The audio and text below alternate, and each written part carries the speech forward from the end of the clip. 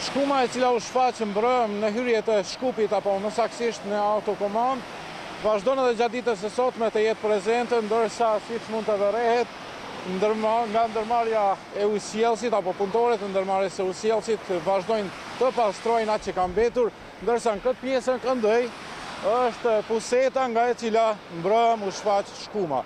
Shkuma e cila u shfaq mbrëm dhe shkaktoi shqetësim tek qytetarët e Shkupit, e sidomos për shoferën në bulevardin Aleksandri Maqedonisë në Gazibab, është substancë kimike. Sipas inspektorëve të mjedisit jetësor janë marrë mostra nga sipërfaqja e bulevardit, si dhe nga aparatura e shkumës për të cilën pritet të ketë rezultate në 48 orët e ardhshme, se për çfarë shkume kimike bëhet fjalë.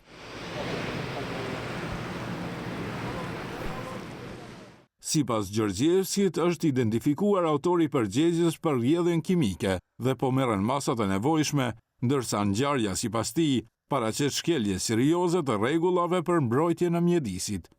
Askush nuk guxon të rrezikojë shëndetin e qytetarëve të Shkupit. Sipas urdhërit të lëshuar nga Inspektorati i Qytetit të Shkupit, u krye një kontroll jashtëzakonshëm inspektues në bulevardin Aleksandri Maqedonisë, në komunën e Gazibabës. Inspektorët e autorizuar të Qytetit të Shkupit dolën menjëherë në terren dhe bën një vëzhgim të detajuar të gjendjes. Në vendngjarje u konstatua një situatë alarmante. Nga puseta qendrore e bulevardit u vërejt një rrjedhje masive e shkumës kimike në hapësira publike, e cila vinte nga një subjekt juridik që operon në afërsi. Sipas kryetarit të qytetit të Shkupit Orçet Gjorgjevski, bazuar në gjendjen e konstatuar dhe provat e mbledhura, ndaj subjektit juridik do të merren masa ndëshkuese. Sipas informatave të Alsat, gjoba ndaj subjektit juridik që ka shkaktuar shkumën do të varet nga rezultatet e analizave, por sipas informatave, pritet që gjoba të kalojë disa mijëra euro.